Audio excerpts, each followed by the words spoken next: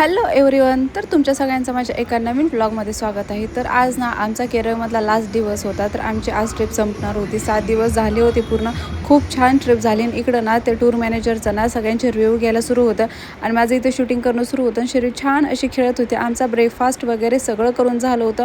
छान असा ब्रेकफास्ट, जेवण, लंच म्हणा, ह्यांचं ना मॅनेजमेंट म्हणजे छान होतं. जेवण वगैरे सगळं छानच होतं. पण मोदी आल्यामुळे ना 1-2 स्पॉट बघायचे राहिले. पण आता त्याला ते मॅनेजमेंटवाले तर काही करू शकत. सगळे बॅग वगैरे आम्ही बसमध्ये ठेवून दिल्या होत्या त्याने. आणि आम्ही नंतर निघालो होतो अजिमालाचं शिव टेम्पल बघायला. हे सगळ्यात खूप फेमस आहे. आणि मी ना छान असा ब्लॅक कलरचा वन पीस घातला होता. कसा वाटते कमेंट करून नक्की सांगा. तर तुम्ही बघू शकता वरती गाडी लावली होती. हे ना म्हणजे समुद्राच्या ना असं साईडला होतं. ते एवढं छान वाटत होतं ना वरूनच. आणि मी यूट्यूब म्हणा, इंस्टा म्हणा, सगळीकडे ना हे अजिमालाचं शिव टेम्पल बऱ्याच वेळा पाहिलं आहे. म्हणजे सगळ्यांनी पाहिलंच असेल. तर ते ना आज मी रिअलमध्ये पाहणार होते. त्यामुळे ते खूप एक्सायटिंग होतं माझ्यासाठी. तर आम्ही पण आहे सोबत तुमच्या. आम्ही आहे सोबत तुमच्या. तर आम्ही ना इथे आता केवमध्ये आलो आहोत. तर केवमध्ये ना जाता वेळेस ते मोबाईल कलेक्ट करून घेत होते. म्हणजे आपल्याजवळच देत होते. पण ते झिप बॅग देत होते. त्यामध्ये ना मोबाईल स्विच ऑफ करून ठेवायचं होतं. त्यामुळे आतमध्ये काय आहे हे तर काही शूटिंग करता येत नव्हतं. पण मी सांगते तुम्हाला, आतमध्ये ना असं मूर्ती वगैरे असं जे आपण अजिंठा वेरूळलेले आहेत ते तर तसे मूर्त्या कोरल्या आहेत ना, तसंच इथं कोरलं होतं. बघायला खूप छान वाटत होतं. आणि त्यांनी केवमध्ये सुद्धा AC बसवली होती की जेणेकरून आतमध्ये आपल्याला गरम होणार नाही. आणि ते बघून झाल्यावरती ना बाहेर आल्यावरती तिने मोबाईल वगैरे सगळे दिले. आणि आम्ही इथं आलो होतो अजिमालाचं शिव टेम्पल बघायला. तर तुम्ही बघू शकता हे एवढं मोठं दिसत होतं ना की बापरे, म्हणजे खूपच छान वाटत होतं. साईडला असा गार वारा वगैरे येत होता. आता पायाला चटके तर बसत होते. पण ते विसरून आम्ही फोटोज आणि व्हिडिओ काढण्यात एवढं मग्न झालो होतो ना. आणि ते बघून झाल्यावरती आम्ही निघालो होतो. तर आम्हाला जायचं होतं, साईडला एक बीच होतं. तर ते बीचवरती जायचं होतं.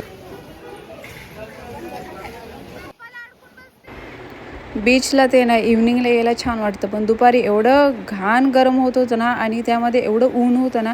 त्या उन्हामध्ये बीचवरती जायला मला तर अजिबात इंटरेस्ट नव्हता. म्हणजे आता त्यांचं पॅकेजमध्ये होते त्यामुळे ते घेऊन गेले होते.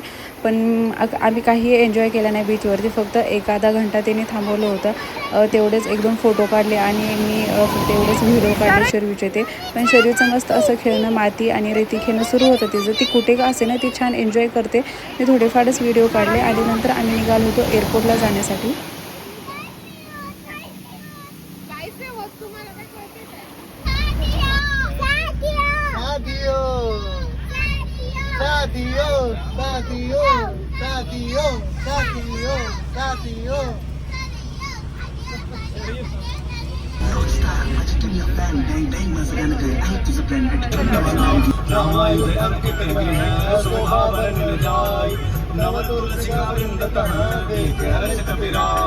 लंका निस्तर निकर निवासा यहाँ कहाँ सज्जन करवा तर आम्ही आता निघालो आहो कोचीन एअरपोर्टवरती. आमची केरळची ट्रिप पूर्ण झाली होती. आणि खरंच ही केरळची ट्रिप ना माझ्यासाठी तर खूप स्पेशल आणि मेमोरेबल होती.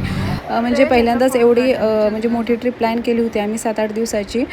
त्यामुळे खूप छान वाटले. बीच म्हणा, हाऊसबोट, केरळची बॅकवॉटर राईड, हाऊसबोटचा स्टे, तर जंगल सफारी सगळंच खूप छान होतं. आणि आता आम्ही ना इथे कोचीन एअरपोर्टला पोहोचलो होतो. तर मी ना तुम्हाला नेक्स्ट व्लॉगमध्ये कोचीनचं एअरपोर्ट कसं आहे ना ते तुम्हाला दाखवेन. तर माझ्या व्हिडिओला सबस्क्राईब करा आणि लाईक करा. बाय.